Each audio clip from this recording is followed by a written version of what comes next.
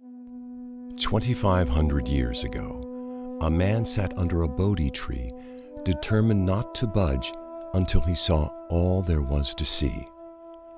Upon arising, now enlightened, the Buddha spent the next 45 years teaching a new and revolutionary way of seeing the world. The essence of his teachings, called the Dharma, was articulated in the Four Noble Truths, where he taught the path to the end of all suffering. Central to these teachings was an important notion that the Dharma is not just about humans. Rather, it includes all of the beings who share the earth. During the course of this film, we'll explore what the Buddha taught us about animals and our relationship to them.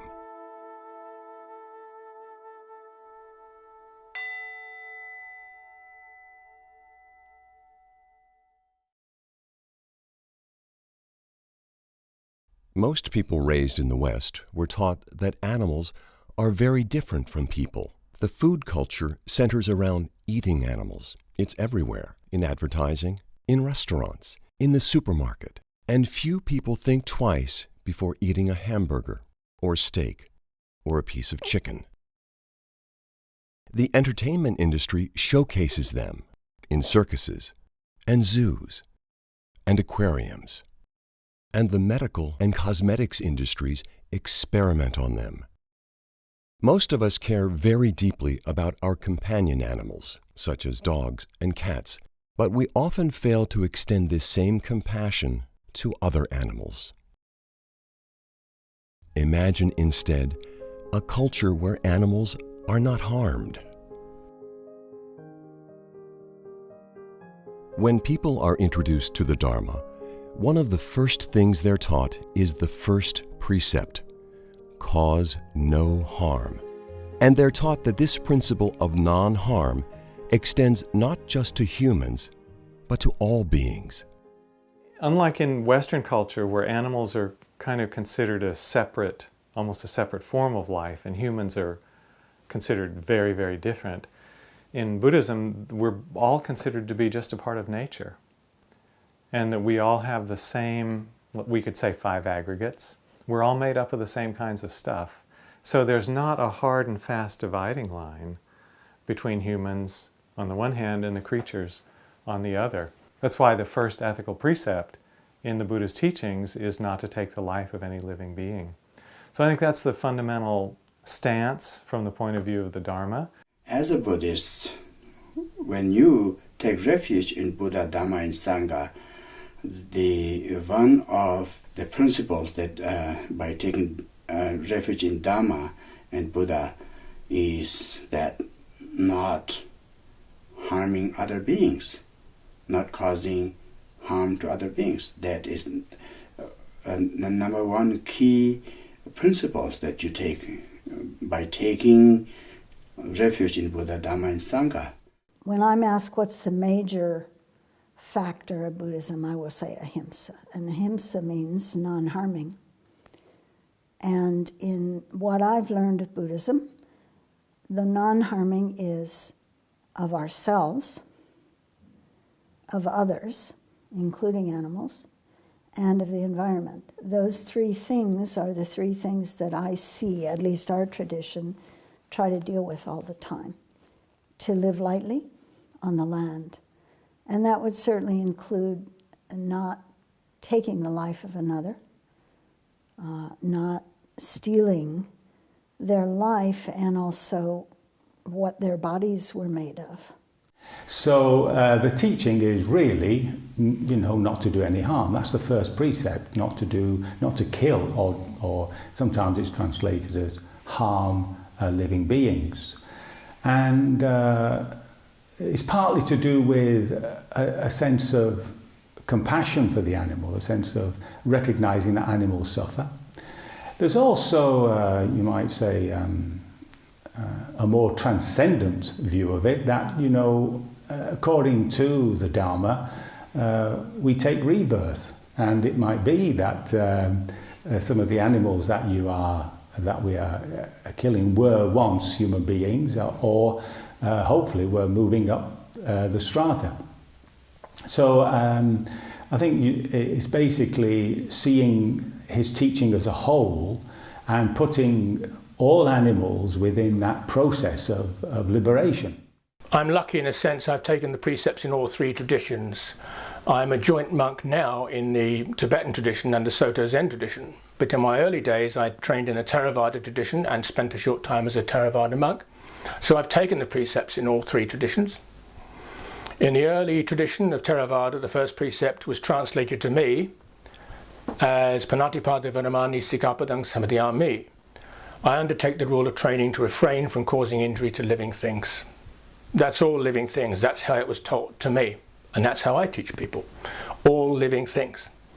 So we refrain from harming them. That's the same in the Tibetan tradition, because in the Tibetan tradition, the Vinaya is based on the early Patimokkha tradition anyway, so the precepts are more or less the same. The difference comes in the Zen tradition, where the first precept just says, do not kill. And this means do not kill the Buddha. Do not kill the Buddha mind, if you like. Do not do anything that hampers the growth and movement and flow of the Buddha mind, the Buddha nature, the Dharmakaya. So obviously the eating of animals and the interfering with the animal kingdom, exploiting it, does affect that precept, does block that flow, does get in the way of the flow of the Buddha mind, of the Dharmakaya. So the first precept, not to cause any injury to any living thing, means any living thing. You know, it's interesting to me because the suttas on one hand are very clear about non-harming. And when they talk about beings, it's all beings, it's sentient beings. Included in the first precept of non-harming is to not take life. So that seems fairly clear to me that the Buddha was intending us to include in our field of metta or loving kindness all kinds of beings, from the smallest to the largest, the two-legged, the four-legged, the many-legged. So that's really how I hold it, and certainly how I try to live my life. And I don't claim to be perfect. There are challenging situations about that. But the first precept of non-harming is really very dear to my heart, both as an attitude towards, you know, people that I meet, certainly, but as I said, to all beings, and really acknowledging that to each being, their life is precious. To practice compassion, to practice loving friendliness, metta, to appreciate, to develop appreciative joy of life. We always say we abstain from killing, one of the 5 precepts. So this precept applies to everybody. Buddhism has 2 main branches, Mahayana and Theravada. In both lineages, the Buddha talks about our relationship to animals and the fundamental question of the morality of eating them. In the Mahayana scriptures, the Buddha is unequivocal, addressing the subject in detail in the Lankavatara Sutra. For innumerable reasons, the Bodhisattva, whose nature is compassion, is not to eat any meat. Thus, Mahamati, whenever there is the evolution of living beings, let people cherish the thought of kinship with them, and thinking that all beings are to be loved as if they were an only child, let them refrain from eating meat. If, Mahamati, meat is not eaten by anybody for any reason, there will be no destroyer of life. Thus, Mahamati, meat eating I have not permitted to anyone. I do not permit, I will not permit. There are many different quotes of the Parasist Buddha talking about different lives and not eating meat. One of the very strong statement that Buddha had is, I condemn meat eating in all means. I have never approved of meat eating. I will never approve of meat eating. And I do not approve of meat eating for my followers. For all sentient beings are equal to me, like my only son. For bodhisattva vows, lay people can also take bodhisattva vows if they choose. Monastics have our monastic precepts that are different from lay people, or at least more elaborated than what the lay people take as the 5 precepts. But the bodhisattva vows, they can also take vows, and the bodhisattva precepts will prohibit meat eating, whether you're a lay person or a monastic. It's very explicit. So Buddha's main teaching is be vegetarian. Main teaching is don't kill animal, don't kill human body, don't kill animals, don't lying, don't stealing. Very nice, honest, compassion for other to take care, for how is I can do other to benefit. Only these things remember, he said. The Buddha also addresses the subject of eating animal products in the Surangama Sutra. Bhikshus who do not wear silk, leather boots, furs, or down from this country, or consume milk, cream, or butter, can truly transcend this world. In the Theravadan scriptures, only a few passages address the subject of eating meat. In the Jivaka Sutta, the Buddha discusses a notion called the 3 purities, saying that monks are not allowed to eat meat unless they know the animal was not killed for them. Jivaka, I say that there are 3 instances in which meat should not be eaten: when it is seen, heard, or suspected that the living being has been slaughtered for oneself. I say that meat should not be eaten in these 3 instances. I say that there are 3 instances in which meat may be eaten: when it is not seen, not heard, and not suspected that the living being has been slaughtered for oneself. So one of the monastic rules in Theravadan Buddhism is that monks are allowed to eat meat. And I think that was a very practical thing at the time of the Buddha, as I understand it, because of the simple concept, beggars can't be choosers. And we have these penniless, wandering vagabonds who need to sustain their bodies in order to carry on their Dharma practice. If they went from house to house and said, no, I have to have a special kind of food, no, don't give me that, it would have been much harder for the lay community to support them. So the Buddha said it was permissible for them to eat meat as long as they didn't know, hear, or suspect that the animal had been killed specifically for them. If they suspected that or knew that, then they weren't allowed to eat that meat. So I think what the Buddha was saying is that as agents, we shouldn't, where we have a choice, we shouldn't be involved in that chain of killing. Even though the bhikkhu had not done the killing and someone else had done that, it was still considered improper if it was killed with the bhikkhu in mind. In a modern consumer society, when we walk into the supermarket, one has to wonder, who have those animals been killed for? And as an average consumer, it often feels to me like they were killed with me in mind if I buy that meat. So an updated understanding of that could be in this modern consumer society. By buying meat and fish products, we're participating in that same chain of killing that the Buddha recommended against. And so the rule was made that if you didn't kill the animal yourself, you didn't request it to be killed for you, and you are not aware that it was killed on your behalf, then karmically you are pure, because you were just wandering around through the villages collecting whatever people happen to want to put in your begging bowl.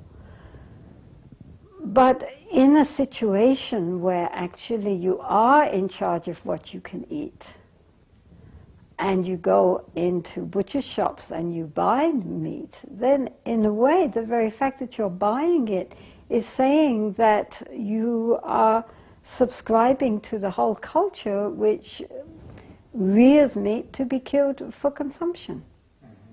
I mean, they only raise and kill these animals because people buy the meat. If we didn't buy it, that particular industry would die out. That if somebody goes into a market, say on a Tuesday, and orders a piece of chicken, at the sales counter somebody will click some kind of calculator which will determine on Tuesday a piece of chicken was sold, which will send out a message for next Tuesday that we have to meet the same quantity of chickens to satisfy our customer base.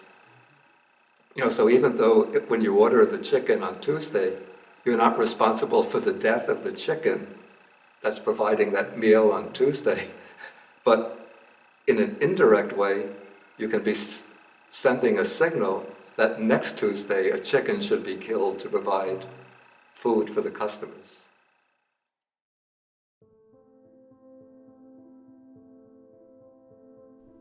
Many people who have not spent time with animals don't realize just how much like us they are. They're smart, sensitive, emotional, and it doesn't take long to realize that every animal has his own unique personality. However, despite their being sensitive, we often treat animals with extreme insensitivity, even cruelty.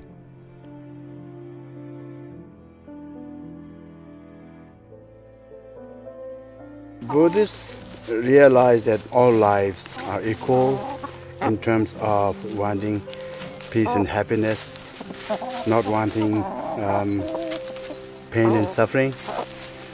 We are all same sentient being, just we have a different form of life, but in terms of living the life is same, human or the animal, and same desire, same right to live in peace and happiness. The Dharma relationship to animals, first and foremost, is the recognition that animals have consciousness, which means that they feel. Animals is like ourselves. They also appreciate the kindness. They also fear of death and avoid sufferings, and also desire for happiness. I think we are human beings. We understand what is suffering and what is happiness, and also we are advanced enough to understand that the other animals also have that feeling as well. You only have to live in a place like this where we see deer out the window and the mother deer with her little babies in the spring, and how tenderly she takes care of them and how much they look to their mother for safety and protection and follow her and feel safe with her, and to know that there's a bond there that's really precious for them. And in seeing that, it opens our hearts to that sense of connectedness. So I think just for people to broaden their understanding of animals and the animal experience is an important part of this consideration of choices in what we eat. These animals are sentient beings that live, have their lives. And so I want to be able to treat the animal world with great respect, with great kindness, and that they have just as much right to be here as any other being. For most of us, besides our companion animals, our main relationship to animals is the food we eat. Yet because the process of food production is hidden from sight, it's easy to avoid the connection between the food on our plates and the animal she once was.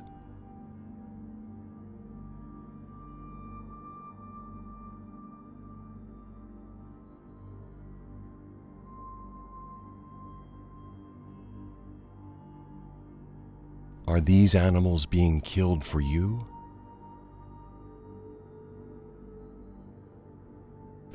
And normally people have no idea what animals go through.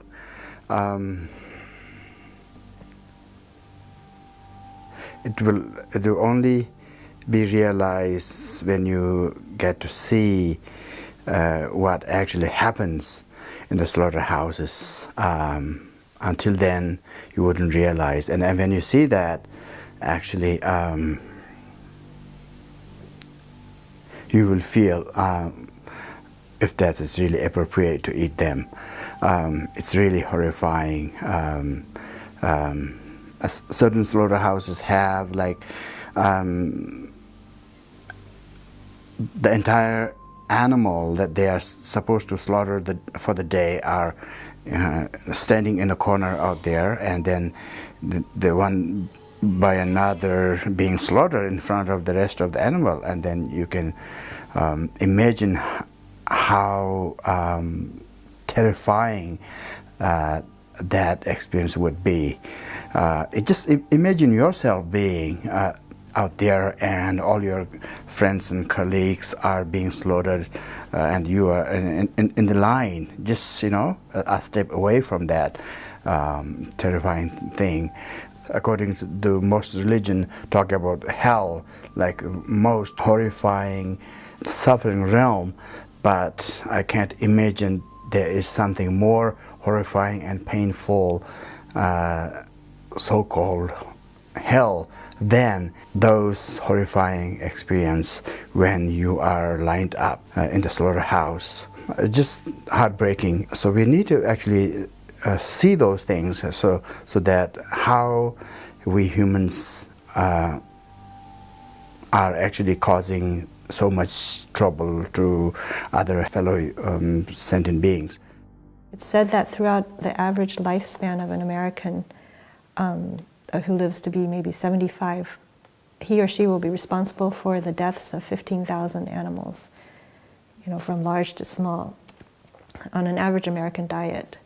So that's a lot of killing, that's a lot of karma to be responsible for. There's not so much separation. There's an apparent separation between us and other creatures, but actually when we become very sensitive, we can feel that when we see another being in suffering, that we feel the suffering too. So usually this is a very human response. You cannot bear to see an animal killed in front of you or being, dying in front of you. Just as I wouldn't particularly like someone to kill and eat me, I don't think any being wants to be slaughtered and killed and eaten.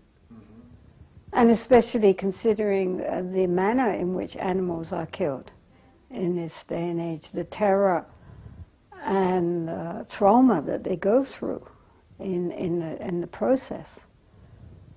How can we sit down and eat them? The Buddha really expressed his teaching, or reduced his teaching, in a very simple formula. He said, in the Pali, it's dukkha, dukkha, nirodha, it's 3 words. He said that he basically taught suffering, which means how it arises and all that, and the end of it, how we bring it to an end. Now, anybody in contact with suffering is moved by it. There's when we see somebody suffering or an animal suffering, there's a resonance in our own hearts which connects us with that suffering. We can call it a sorrow, and that sorrow drives us to try and do something about that person or that animal. I don't think that by my eating vegetarian or my becoming vegetarian, being vegetarian or my other people becoming vegetarian, the world will stop killing. No matter how many people become vegetarians, the world will not stop killing. But we can minimize the amount of animals raised in farms for killing. The number of animals slaughtered can come down if people become vegetarians. A lot of people pay attention to the precept about not taking a life, and that makes sense. That's kind of obvious. Almost every world religion has something about not killing, and there is no asterisk. It doesn't say humans. It says thou shalt not kill. Same with the Buddhist precepts. It doesn't say just humans. It says we shall not take breath away. We should not take a life. But the precept that gets very little attention, that I think is very important and related to that, is the precept of not taking that which is not freely offered. Because when we take cow's milk, that milk was created by the mother cow for her offspring. And when we take that milk away, we are taking that which is not freely offered. And when I say not freely offered, it's not freely offered for a number of reasons. There's a price the cow pays. The baby is taken away from the mother soon after birth, within days, so that we can take the milk. And I find that heartbreaking. And I've heard cows crying for one another. The mother cow is just belting and screaming for the baby, and the baby is crying for the mother, and it's heart-wrenching. We do that routinely so that humans can take the milk. To me, that is stealing. Also, we take the life of the cow in that after her production falls and she's not as productive as she was, that's another way we're taking her life, and we're taking that which is not freely given. It's not freely given because she gives her life for the milk industry. Even on the most humane farms, even where the cow is treated beautifully during life, she is repeatedly impregnated, repeatedly impregnated. It's a 9-month gestation, just like humans. She gives birth, and then the baby's taken away. And she has to be repeatedly impregnated so that she will keep milk flowing at the production levels that we've bred them to produce, and it's unnatural. So they're frequently uncomfortable. The udders are frequently distended and get mastitis and other problems.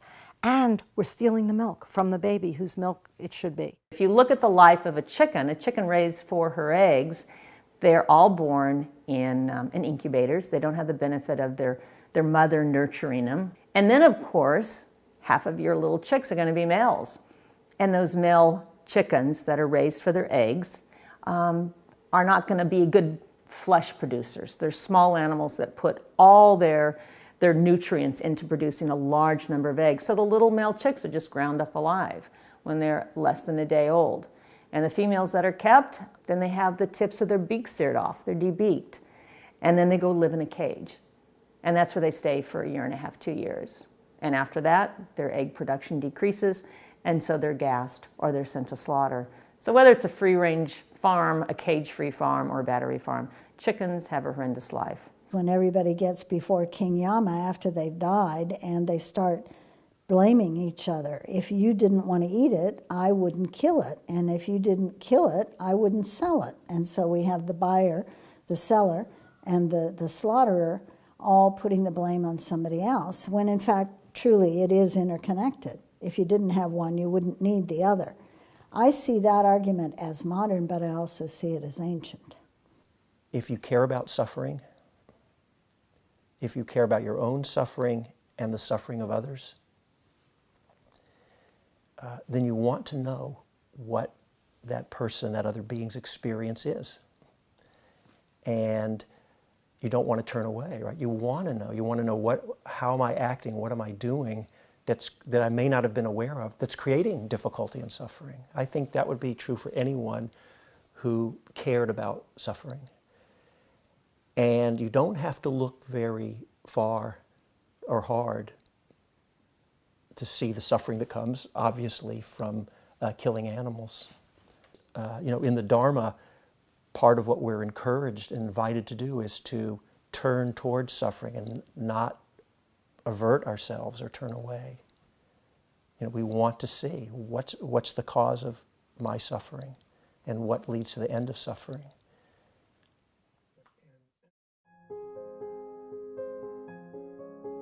Of all the things we can do to help alleviate the suffering of animals, the most important is to stop eating them. You might also consider no longer consuming their products, such as milk and eggs. When you do, you may be surprised at just how good vegan food tastes. For those who find it difficult to stop all at once, a gradual transition may be easier. Maybe start by choosing one meal a day, or one day a week to be vegetarian or vegan. Try substituting soy milk for cow's milk in your breakfast cereal. It just takes 1 second to decide stopping. Now, it doesn't make any huge chaotic change in our life. It's just we eat something else. It's so simple. It can be done instantly. So less effort for the very big result, ethically, for the animals and the poor people, for the planet, for our own health. It seems a sensible mind should say this is not an extremist perspective, this is a most reasonable and compassionate point of view. It's also about the environment that we need to protect. The environment not just about water and atmosphere, greenhouse, but it's also about forest, it's also about other form of life that we need to protect because it's an important ecosystem. So I think vegetarians is a very holistic approach that for us to embrace all that awareness and also the kindness and compassion practice are very much together in a very holistic way. The point with vegetarianism is that in this modern day and age where food is so easily obtained, there doesn't seem to me to be too much excuse to eat any kind of food which has caused pain to another being. I mean, it doesn't seem to fit in with our whole idea on compassion and bodhicitta. Previous to my monastic ordination, I was married and I had a child. I was once out with my son in his stroller. A lady came by and was admiring him and went for that typical pinch the chicks little movement and said something to the effect, "You're so cute I could eat you." And at that moment, it hit me like the proverbial ton of bricks that all the animals that are ever eaten are somebody's child. And I certainly didn't want my child eaten, even figuratively. So that was my transition from being a health-conscious vegetarian to an ethical vegetarian. How can we bring this compassion to all beings? Yes, we may not be able to do it all the time. We may inadvertently be causing harm, but how, again, as I came back earlier, to cause the least harm possible and to become educated, to become aware of what actually is here. In early days of my life, I was not a vegetarian. I ate all kind of meat. But later on, purely because of my conscience, I thought it would be much better if I become a vegetarian. I have seen animals being slaughtered. I have seen animals raised for meat in farms and so on. I have seen animals suffering. And therefore I felt a little guilty of eating meat. I have to, when people ask me to talk on Dhamma, I talk on metta, living friendliness, meditation, also I teach. And when people ask questions about meat eating meat, this appears to me not compatible. Yes, I was a monk in South Korea back in the 80s, and it was in a monastery. When I got there, I realized that they were vegan, what we would call vegan. No meat, dairy, or eggs, no wool, silk, or leather, and it really deepened my commitment to being a vegan. The practice of plant-based eating had been going on for centuries, maybe for 700 years, and it was part of the practice of deepening meditation, the idea that it's difficult to go deep in meditation if I'm acting in ways that are not ethical, and harming other living beings disconnects me from the root of compassion and meditative equanimity. We're all raised in a society where we're forced to disconnect from our natural wisdom and compassion. If say I'm no eat meat, 1 year I no eat meat, that's also good benefit. If say I'm 1 month no eating, that's also good. I'm not eating 1 day, also benefit. Then if completely whole life no eat, that's the best. When you do go vegan, not only will the animals thank you, so will your body. It's often easy to find products that are not tested on animals and do not contain animal ingredients. Look for the words, "not tested on animals," or "no animal ingredients," or look for the cruelty-free logo. An excellent book on animals and the Dharma is The Great Compassion by Norm Phelps. If you would like more information, the Dharma Voices for Animals website has a resource page with many helpful recommendations. If you've ever been on a Buddhist retreat, you were probably reminded to refrain from harming insects, such as spiders and mosquitoes, as part of the first precept's principle of non-harm. Try extending this practice into your everyday life. If animals come into your home, consider trapping and releasing them. Another thing you can do is talk to people about our relationship to animals, engaging them one-on-one, or starting a discussion within your Sangha. You can also arrange for a screening of this video. Talking with others about this issue is an opportunity to practice right speech. It's important to always be respectful and make it clear that you are not telling people what to do or judging them. Instead, you are simply asking them to consider this important issue. When people reach this point in their practice where they're investigating the question of vegetarianism or veganism, they really have to examine it from a lot of different alternatives. What foods are they familiar with? What foods are they comfortable with? What foods do they have access to on a daily basis that will really strengthen their body and support their health?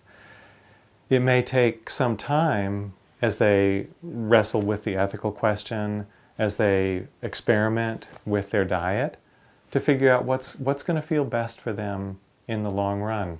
I really think it's important for every practitioner to approach that in an open-ended and pressure-free way so they come to their own understanding about it.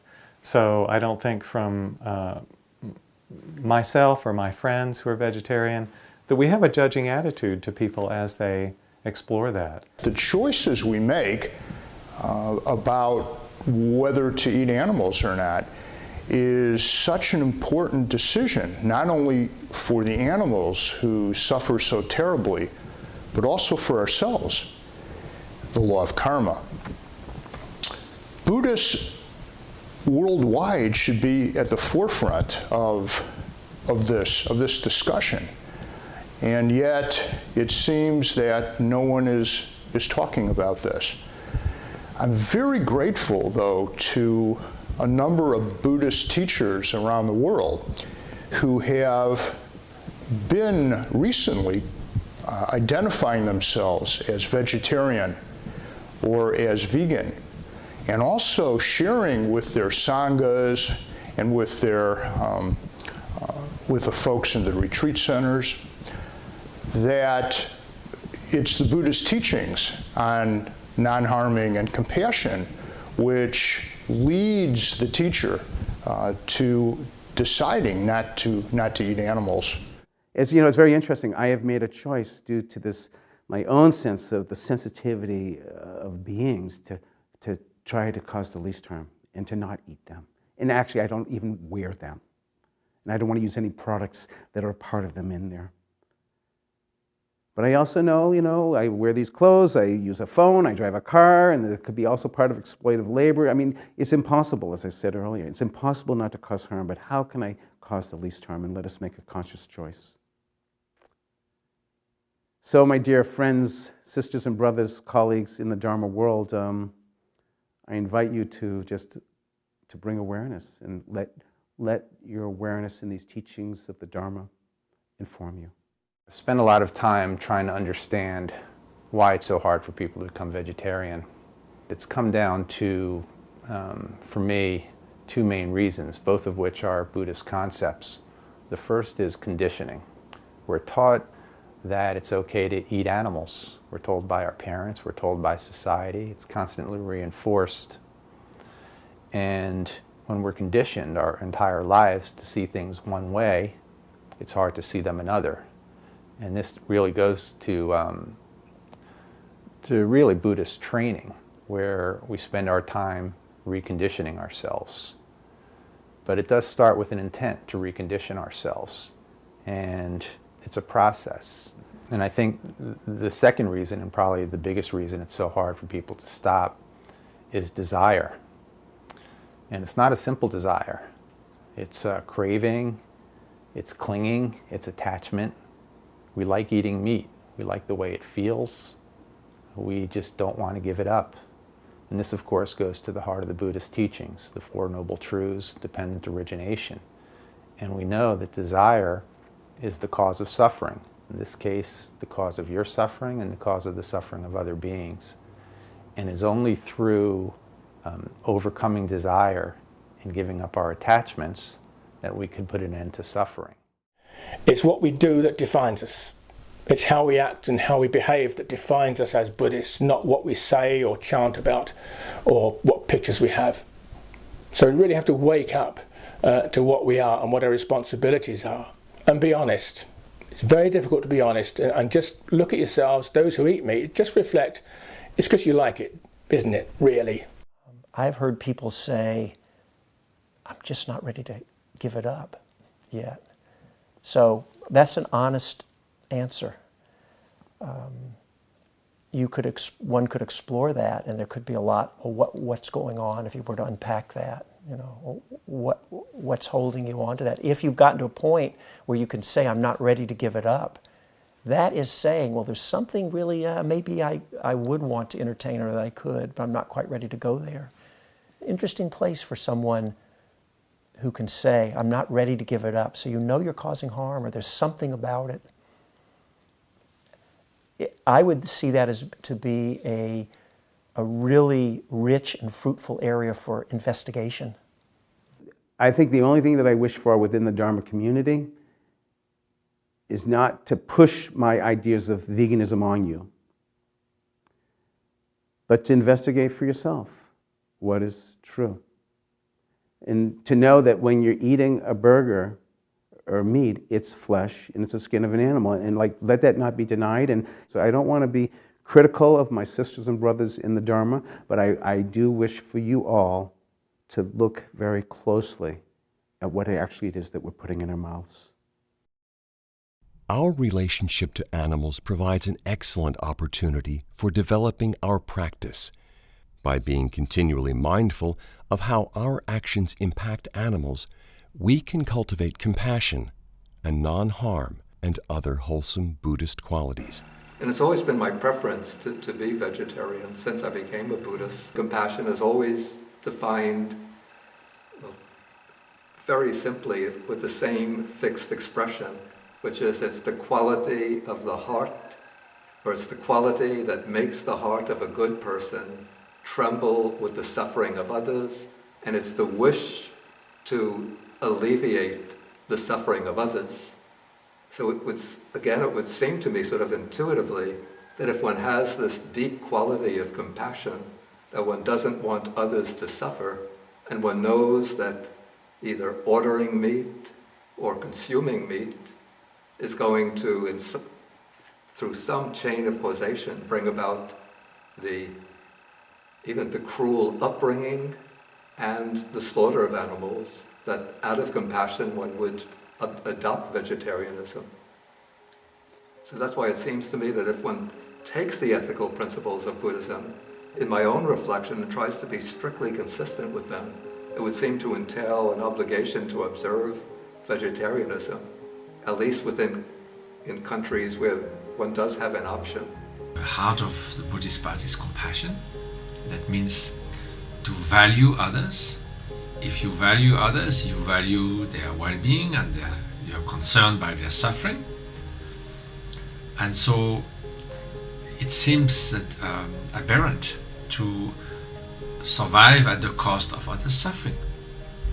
And so if we can do it, if we can survive, so of course that means the condition that in which we can find other types of means of survival, then for me it seems to be a must in terms of Buddhist practice.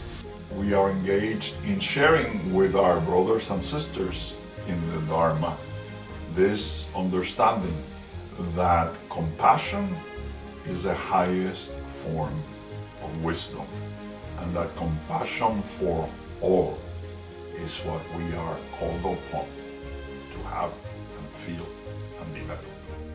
Compassion, again, is just that movement away from harm to protection, to doing good. It's just a natural process that happens once you refrain from doing harm. Well, to quote George Bernard Shaw, animals are my friends and I don't eat my friends. For the Buddhist community, my brothers and sisters, my appeal for you is that since we took refuge in Buddha, Dhamma and Sangha, and we took the basic principles from among them, number one is not killing. In terms of not killing, it's not necessarily mean that you go kill, but it's also causing the killing. So which means when you eat other animal, you are the cause of that killing. So my appeal to you is that try to learn about a vegetarian lifestyle, try to learn about a vegan lifestyle, which is way healthier, more compassionate lifestyle. So please try that, because we have taken certain principle before the Buddha, Dhamma and Sangha, and if we don't follow our principles, then we are just named Buddhist. So try to live your belief, live your faith, and try to put Dhamma into your practice. For all of us, none of us are going to be perfect. We're going to have places, but what happens is our awareness and our deepening and our ability to actualize the first precept of non-harming, it grows as a fruit of all the other parts of Dharma practice that we're doing. So the basic sense of compassion is also explained in the Metta Sutta when the Buddha said, just as a mother protects with her life her child, her only child, so with a boundless heart should one care for all living beings. Just like us, animals want to live lives free of pain and suffering. And it is up to each of us to make choices that respect all of the creatures of the earth.